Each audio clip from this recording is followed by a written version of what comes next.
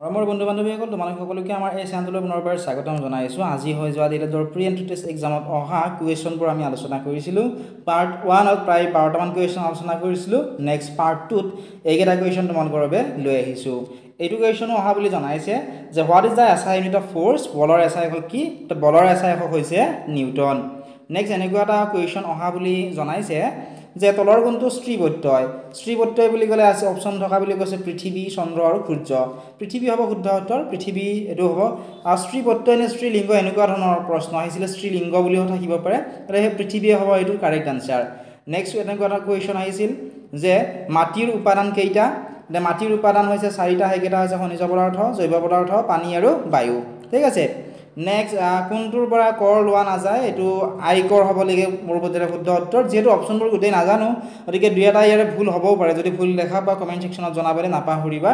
বলৰ এছআই কৈছে নিউটন। ঠিক আছে। নেক্সট এনেকুৱা এটা কুৱেশ্যন আহিছিল recently in which national park of Assam a new orchid was founded. New orchid কোনখন নেশ্যনেল পাৰ্কত পোৱা গৈছিলে? ডিব্ৰু চৌখোৱাত। ঠিক আছে, এইটো ডিব্ৰু চৌখোৱা হ'ব কাৰেক্ট এনচাৰ। নেক্সট এইটো কুৱেশ্যন অহা বুলি জনাইছিল who was the founder of ভক্তি আন্দোলন ইন আছাম। ভক্তি আন্দোলনৰ গুৰুজৰতা কোন আছিল? মহাপুৰুষ শ্ৰীমন্ত শংকৰদেৱ আছিলে। ঠিক আছে। নেক্সট এইটো কুৱেশ্যন অহা বুলি জনাইছে যে what is the limit of pH scale 0 to 14? এইটো নিউট্ৰেলত 7 থাকে, কিন্তু অপশ্যনত যদি 7 আছে 7 ৰাইট এনচাৰ হ'ব। যদি 7 নাই তোমালোকে কমেণ্ট ছেকশ্যনত জনাবলৈ নাপাহৰিবা।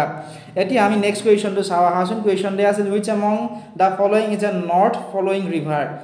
উত্তৰ নৰ্থ ফলোয়িং ৰিভাৰ কোনটো হ'ব? দিখৌ হ'ব কাৰেক্ট এনচাৰ। ঠিক আছে, নৰ্থ ফলোয়িং ৰিভাৰ হ'ব দিখৌ। আৰু কোনবোৰ কুৱেশ্যন আহিছিলে তোমালোকে যদি জানা আমাক কমেণ্ট ছেকশ্যনত জনাবলৈ নাপাহৰিবা। আমি কমেণ্ট ছেকশ্যনত আনচাৰটো তোমালোকক দিবলৈ চেষ্টা কৰিম। নেক্সট এনেকুৱা এটা কুৱেশ্যন অহা বুলি জনাইছে যে পানিপথৰ যুদ্ধ 1526 পিছত কোন বংশই শাসন কৰিছিলে? পানিপথৰ যুদ্ধৰ 1526 পিছত মোগল বংশই শাসন কৰিছিল। নেক্সট এনেকুৱা এটা কুৱেশ্যন অহা বুলি জনাইছে যে অসমীয়াৰ লগত ধ্ৰুপদী ভাষা পোৱা যায়। এইটো বেংগল হ'ব লাগে শুদ্ধ উত্তৰ। ঠিক আছে। নেক্সট আছিলে নিযুত মইনা আঁচনিৰ উদ্দেশ্য, এনেকুৱা ধৰণৰ কুৱেশ্যন এটা অহা বুলি জনাইছে। ৰাজ্যত বাল্য বিবাহ বন্ধ কৰাৰ বাবে এইটো পদক্ষেপ লোৱা হৈছিল, গতিকে এইটোৱে আছিলে উদ্দেশ্য।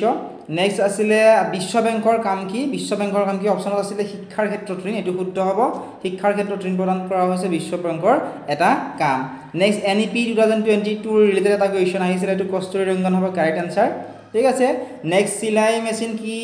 মেচিনৰ বেজি কি গতিত ঘূৰে সুধিছিল, এইটো আনচাৰ তোমালোকে আমাক কমেণ্ট ছেকশ্যনত জনাবলৈ নাপাহৰিবা। ঠিক আছে, যিসকলে জানা কমেণ্ট ছেকশ্যনত জনোৱা। চিলাই মেচিনৰ বেজি কি গতিত ঘূৰে? যিহেতু অপশ্যনবোৰ মই নাজানো, গতিকে আনচাৰটো ক'বলৈ মোৰ অসুবিধা হয়। এতিয়া নেক্সটটো চোৱাচোন। নেক্সট প্ৰশ্নটো আছিল ডক্টৰে কি দাপোন লয়? এইটো হ'ব উত্তল দাপোন। নেক্সট তলৰ কোনটো প্ৰত্নতাত্ত্বিক নহয়? এনেকুৱা এটা প্ৰশ্ন আহিছিল, এইটো মুদ্ৰা হ'ব কাৰেক্ট এনচাৰ। ঠিক আছে। এতিয়া মই তোমালোকক পাৰ্ট 1ত আলোচনা কৰা এইকেইটা কুৱেশ্যন আৰু এবাৰ কৈ দিছোঁ যে কোনজন ব্যক্তিক অসম বঁটা প্ৰদান কৰা হৈছিল? ৰতন টাটা।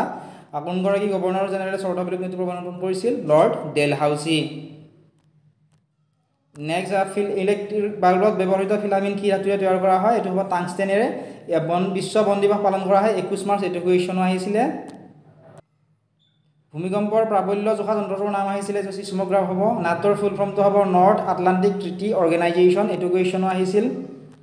নেক্সট আহিছিলে ভাৰতীয় সংবিধানৰ চৰকাৰৰ মুৰব্বীটো প্ৰধানমন্ত্ৰী হ'ব। নীতি আয়োগৰ অধ্যক্ষ হৈছে প্ৰধানমন্ত্ৰী। ঠিক আছে। আৰু এইটো কুৱেশ্যন আহিছিলে বলৰ এছআই একক কি? এইটো হ'ব নিউটন। ঠিক আছে। পাৰ্ট 3ত আমি বাকীকেইটা আলোচনা কৰিম, গতিকে চেনেলটো ছাবস্ক্ৰাইব কৰি থ'বলৈ তোমালোকে নাপাহৰিবা।